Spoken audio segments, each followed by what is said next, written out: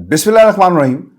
अस्सलाम वालेकुम नाज़रीन, मैं हूं इरफान हाशमी और आपको प्रोग्राम में खुशामदीद कहता हूं। सबसे बड़ी खबर आपके साथ हम शेयर करने जा रहे हैं। 3 घंटे से ज़ायद हुकूमती इजलास जारी रहा और इस इजलास में इस बात का फैसला करना था कि हमने अलमे बगावत बुलंद करना है या नहीं करना। पाकिस्तान डेमोक्रेटिक मूवमेंट को मुकम्मल तौर पर लंदन से कंट्रोल किया जा रहा है। नवाज शरीफ वीडियो लिंक के जरिए इसमें शामिल हुए और हर तरफ से ये जायजा लिया गया कि अगर सुप्रीम कोर्ट ऑफ पाकिस्तान के बेंच को तस्लीम नहीं किया जाता तो इसके कॉन्सिक्वेंसेस क्या होंगे, और अगर तस्लीम कर लिया गया तो फिर पाकिस्तान डेमोक्रेटिक मूवमेंट, हुकूमत वक्त और पाकिस्तान पीपल्स पार्टी कहां पर खड़ी होगी। अंदरूनी कहानी क्या थी वो एक एक करके मैं आपके सामने रख देता हूं, और किस तरह नवाज शरीफ ने आज के इस इजलास को हाईजैक किया। मुद्दा यह था कि हमने किसी सूरत भी इस 3 रुकनी बेंच के फैसले को तस्लीम नहीं करना। नवाज शरीफ साहब लंदन में बैठकर फरमाते हैं कि आज से पहले जितने भी फैसले सुप्रीम कोर्ट ऑफ पाकिस्तान की तरफ से आए, इन तमाम फैसलों में एक रिलीफ दिया गया है पाकिस्तान तहरीक इंसाफ को और पीछे धकेला गया तमाम जमातों को। जब आप आइन और कानून के खिलाफ किसी भी कदम को उठाएंगे तो ये लाजिम है अदालतों के ऊपर कि उसको रद्द करें और आपके खिलाफ फैसला दें।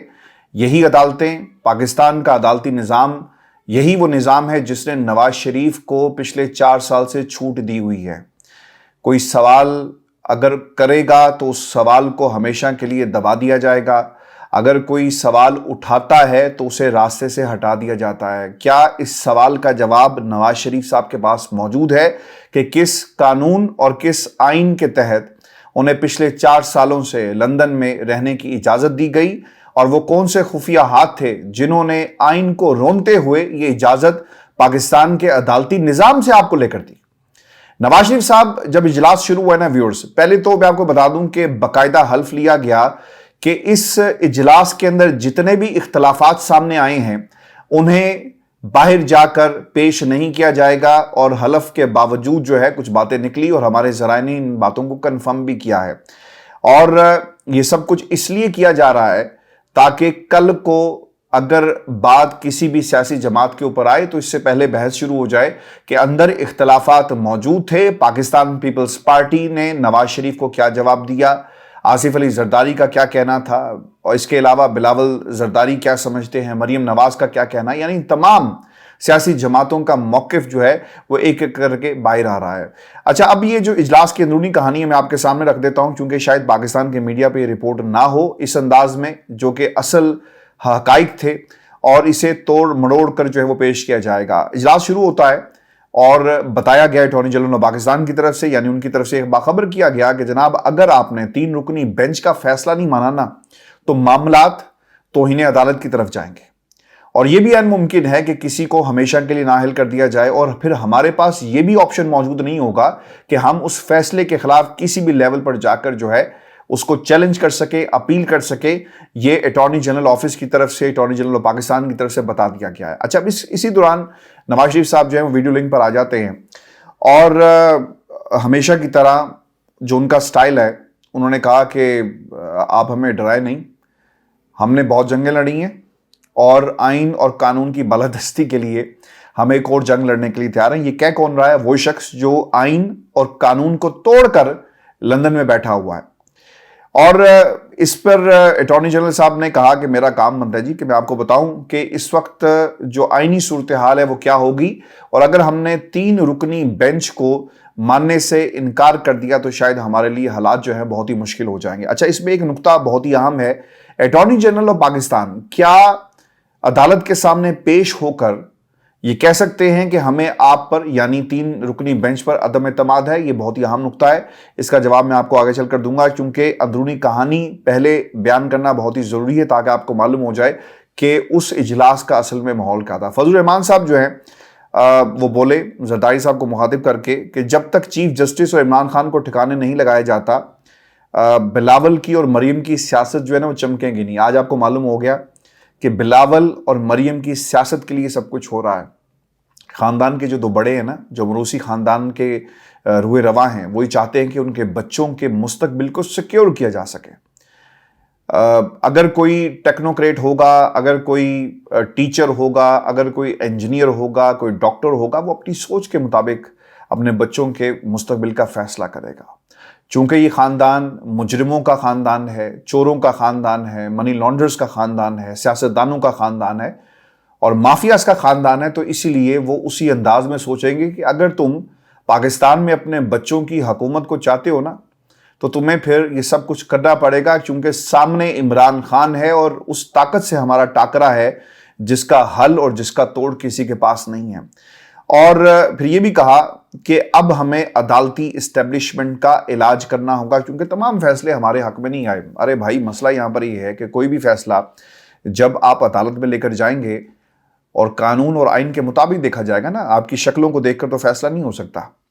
انہی جج صاحبان نے، جو پاکستان کی عوام کو گمراہ کیا جاتا ہے کہ انہی جج صاحبان نے آپ کی حکومت کو قائم کیا۔ اگر ڈپٹی اسپیکر کی رولنگ کو چیلنج جس انداز میں سپریم کورٹ آف پاکستان نے خود اس معاملے کو اٹھایا، اگر نہ اٹھاتے تو آج ملک کے اندر قومی جو پورے ملک کے انتخابات ہو رہے ہوتے، لیکن کیا ہوا وہ آپ کے سامنے ہے۔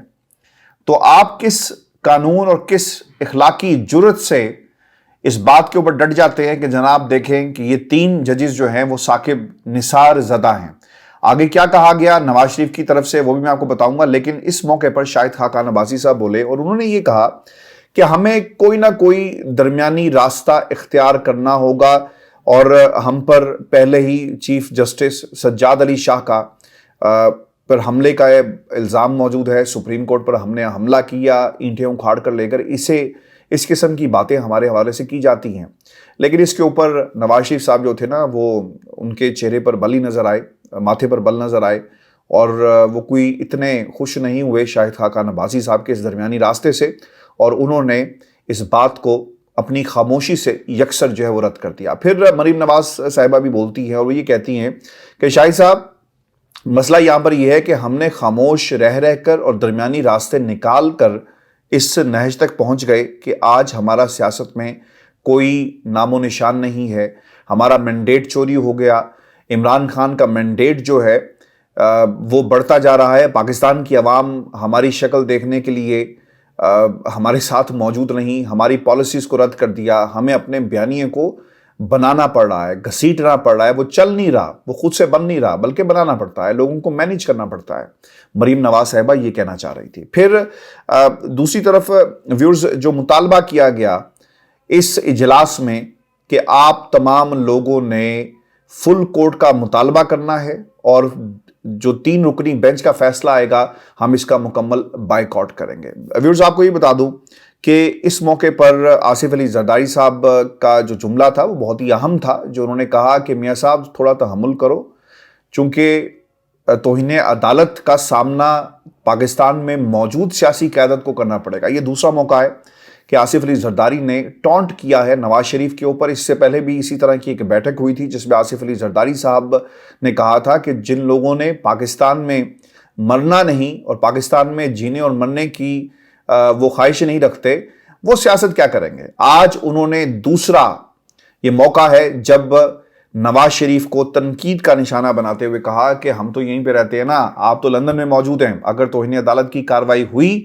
تو یقیناً وہ سیاسی جماعتوں کے قائدین کے اوپر ہوگی جنہوں نے اس فیصلے کو ماننے سے انکار کر دیا۔ ویورز، میں آپ کو ایک بات بتاؤں، اب سوال یہاں پہ یہ پیدا ہوتا ہے کہ کیا سیاسی جماعتیں کسی بھی عدالت کے حکم کو نہیں ماننے کا جو ہے اگر وہ ارادہ رکھتی ہیں اور اس کا برملا اظہار کرتی ہیں تو کیا یہ توہین عدالت ہوگی؟ یاد رکھیے گا، جب بھی پاکستان میں کوئی بھی فیصلہ آتا ہے اسے تنقید کا نشانہ بنایا جاتا ہے۔ یہ ہر اس پارٹی کا، ہر شخص کا حق ہے کہ وہ اس فیصلے کے خلاف اپنی رائے کا اظہار کرے، اور ایک دائرہ کار کے اندر رہتے ہوئے یہ سیاسی جماعتوں کا حق ہوتا ہے۔ لیکن کیا حکومت پاکستان انکار کر سکتی ہے؟ نہیں کر سکتی، چونکہ آپ نمائندگی کر رہے ہیں ریاست کی۔ وہ تمام عہدیدار جو ریاست کی نمائندگی کر رہے ہیں وہ انکار نہیں کر سکتے، جس میں سیکرٹری دفاع، سیکرٹری خزانہ، وزارت خزانہ، اور اس کے علاوہ سیکرٹری جو دیگر آپ کے منسٹریز ہیں ان کے سیکرٹری صاحبان کو اب بلایا جائے گا سپریم کورٹ آف پاکستان کے اندر۔ اور پھر یہ بھی یاد رکھیں کہ اٹارنی جنرل صاحب جو بار بار کہہ رہے تھے نا، باخبر رہنے کی بات کر رہے تھے क्या अटॉर्नी जनरल ऑफ पाकिस्तान की तरफ से ये मुद्दा अदालत के सामने रखा जाएगा? 100 बार सोचना पड़ेगा अटॉर्नी जनरल को, क्योंकि अटॉर्नी जनरल वफाक की नुमाइंदगी कर रहा होता है, वो किसी सियासी जमात की नुमाइंदगी नहीं करता, याद रखें। लेकिन यहां पे क्या होगा कि अगर अटॉर्नी जनरल बेवकूफ हुए और उनकी अगर समझबूझ नहीं है और वो जाकर अदालत के सामने ये कहते हैं कि जनाब हमें इस बेंच के ऊपर तहफ़्फ़ुज़ात हैं और हम ये चाहते हैं कि आप फुल कोर्ट बनाएं और हम अदम एतमाद का इजहार करके अलग हो रहे हैं, ऐसा नहीं होगा। अटॉर्नी जनरल को अपने ओहदे से अलग होना पड़ेगा और अगर उनमें ज़रा से भी समझ बूझ है तो वो अपने आप को भी कार्रवाई से बचाएंगे, याद रखिएगा। क्योंकि supreme court of Pakistan direct हुक्म दे सकती है सेक्रेटरीज को और वजारतों को कि वो फंड्स जो है लोकेट करें और मुल्क के अंदर आम इंतखाबात करवाए जाएं। लेकिन व्यूअर्स, देखना ये होगा कि क्या सुप्रीम कोर्ट ऑफ पाकिस्तान ऐसा करेगी और क्या उसमें इतनी हिम्मत मौजूद है। क्योंकि कल एक ज़रूर तासुर मिला उमर अता बंदयाल के जज्बाती होने से कि शायद अदालत थोड़ी सी बैकफुट पे गई है, लेकिन अब ये फैसला उमर अता बंदयाल और दीगर जज साहबान को करना होगा कि वो तारीख के किस तरफ खड़े होंगे। एक मजबूत और एक साबित कदम चीफ जस्टिस की हैसियत से वो तारीख में याद अपने आप को हमेशा करवाना चाहते हैं, या फिर एक ऐसे चीफ जस्टिस जो कमज़ोर था, जो हालात और माफियाज के प्रेशर में आकर उसने अपने फैसलों को तब्दील कर दिया, और क्या वो डट के खड़ा होगा। क्योंकि यहाँ पे मामला आइन और कानून का है। आपने इदारों में फूट डाल दी, यानी पाकिस्तान की इस्टेब्लिशमेंट जो है वो तितर बितर हो गई। आज जितनी लोग खुलकर पाकिस्तान की फौज के बारे में बात करते हैं ना, इससे पहले कभी नहीं हुआ। और ये सेहरा भी किसको जाता है, यानी फूट डालने का जो सेहरा है वो उन तमाम ताकतों को जाता है जो नवाज शरीफ के साथ जाकर खड़ी हुई। आपने पाकिस्तान के इदारों में फूट डाल दी, आपने इलेक्शन कमीशन को जो है तकसीम कर दिया, वो आपके घर की जो है वो तरफदारी कर रहा है। आपने पाकिस्तान की अदालतों के अंदर फूट डाल दी, यानी ये लाहौर हाई कोर्ट्स हैं। यही वो लोग आज के इस इजलास में जो शामिल थे कहते थे कि जिस तरह से स्पीडी रिलीफ नवाज शरीफ को लाहौर हाई कोर्ट से मिलता है ना, काश हमारा भी पंजाब का डोमिसाइल होता और हमें भी इसी किस्म का रिलीफ मिलता। वो ये कहना ये चाह रहे थे कि जितनी बड़ी इन्वेस्टमेंट पाकिस्तान मुस्लिम लीग नून ने अदलिया में की है ना, इसके बावजूद हमें वैसा इंसाफ जो है नहीं मिलता जैसा इंसाफ मिलना चाहिए। खान साहब की मुलाकात हुई है व्यूअर्स, उससे पहले कुछ चीज़ें मैं आपके सामने रख दूं। नवाज शरीफ सब कुछ इसलिए कर रहे हैं कि ये 3 जज जो है ना उनकी बात नहीं मान रहे और साफ इनकार हो गया, मुस्तरद कर दिया गया। जो डील लेकर आए थे खुफिया डील, उसको भी मानने से इनकार कर दिया। इसलिए महाजराई क्रिएट की जा रही है कि प्यार से बात मानेगा कोई तो ठीक है, नहीं तो फिर हम ताकत का इस्तेमाल करेंगे। यही नारा है नवाज शरीफ का। व्यूअर्स, जीत का खौफ भी इनके सामने है, इसलिए 2 जो असम्बलीज हैं ये बार बार ये बात कर रहे हैं कि जनाब हमें हर सूरत में इंतखाबात को एक तारीख पर लेकर जाना है। और फिर मैं आपको एक बात ये भी बता दूं कि कौमी डायलॉग एंगेज करने की कोशिश की जा रही है ताकि टाइम बाय कर सके, और जब जस्टिस काजी फैज ईसा साहब, जिनके ऊपर एहसान पर एहसानात किए जा रहे हैं, जब वो आएंगे तो फिर आप अपनी मर्जी का फैसला जो है करवा सकते हैं। और फिर आखिरी कार्ड ये खेलेंगी ना, जो मैंने आपको पहले भी बता दिया था कि चीफ जस्टिस के खिलाफ एक रेफरेंस बनाने की भी तैयारी जो है इस हवाले से गुफ्तगू भी की गई है। अच्छा, अब इसमें ना कुछ चीज़ें मैं आपके सामने रख देता हूँ। जो मुलाकात हुई है इमरान खान साहब की सहाफ़ियों के साथ, और एक लाएमल जो है वो तय किया गया है। और उससे पहले ये जुमला बहुत ही इम्पॉर्टेंट है इस तनाजुर में जो चीफ जस्टिस ऑफ पाकिस्तान और सुप्रीम कोर्ट ऑफ पाकिस्तान के 3 रुकनी बेंच के हवाले से किया गया। नवाज शरीफ साहब को जिन जजेस से रिलीफ नहीं मिला ना, और जिन जजेस ने आपको आपकी मर्जी का रिलीफ नहीं दिया, तो उनके बारे में बाकायदा हर्जा सराई जो है ना वो की जा रही है। और अल्फाज क्या इस्तेमाल किए गए नवाज शरीफ की तरफ से, वो ये कहते हैं कि पीडीएम की तमाम जमातें 3 रुकनी बेंच का बाइकआउट करेंगी और उन्हें करना चाहिए। 3 रुकनी बेंच से इंसाफ की कोई तवक्को नहीं है, क्योंकि 3 रुकनी बेंच में साकिब ज़दा लोग शामिल हैं। साकिब निसार ज़दा, ये एक नई टर्म जो है वो निकाली गई है। और अटॉर्नी जनरल के बाइकआउट से को मुतला किया जाए। अटॉर्नी जनरल पीर को 3 रुकनी बेंच की कार्रवाई के बाइकआउट से सुप्रीम कोर्ट को आगाह करेंगे। और इस फैसले पर बाकायदा पीडीएम की क़यादत के अलावा नवाज शरीफ साहब ने भी इसकी जो है वो तौसीक कर दी है। ये वो जुमला था जो एक ऐसे शख्स की तरफ से कहा गया जो पाकिस्तान से भागा हुआ है, चोर है, लुटेरा है, डाकू है, मुजरिम है, ये मैं नहीं कह रहा, ये इनके ऊपर इल्ज़ामात थे, 1 महीने सज़ा भी मिली हुई है और ये इसकी सज़ा काट रहे हैं। लेकिन पिछले 4 वर्षों से जिस किस्म की सज़ा इनको मिली हुई है ना, ऐसी सज़ा हर मुजरिम को मिले, चूँकि आप लंदन में हैं और हर वो आसाइश आपके पास है जो जिसका ख्वाब और जिसकी दुआ जो है हर इंसान जो है करता है। व्यूअर्स, आपको ये बता दूं कि एक मुलाकात हुई है इमरान खान साहब की लाहौर में सहाफ़ियों से, और वो ये कहते हैं कि निगरान हुकूमत को न्यूट्रल का किरदार अदा करना चाहिए था, जो वो अदा नहीं कर रहे। आरिफ अलवी और इस्टेब्लिशमेंट के दरमियान एक ब्रिज का जो आप काम कर रहे थे, लेकिन अब किसी किस्म का राब्ता जो है पाकिस्तान की इस्टेब्लिशमेंट से नहीं हो रहा और मुकम्मल जो है वो खामोशी है। लेकिन एक काम इन्होंने ये ज़रूर किया है कि परवेज़ इलाही साहब को एक्टिव किया है कि वो मजलिस वादुल मुस्लिमीन, जमात इस्लामी और दीगर जो जमातें हैं उनसे राब्ते करें। इसके अलावा ताहिरुल कादरी साहब से भी उन्होंने राब्ता करने की कोशिश की है कि तमाम जमातें इलेक्शन के हवाले से इकट्ठी हो जाएं, क्योंकि अगर 90 रोज़ में इंतखाबात नहीं होते तो फिर हालात जो हैं वो बिगड़ जाएंगे। एक जुमला बाबर इवान साहब ने भी कहा है कि अगर 90 दिन में इंतखाबात नहीं हुए तो पाकिस्तान का सेनेट टूट जाएगा, क्योंकि सेनेट जो है वो सूबों की नुमाइंदगी करता है।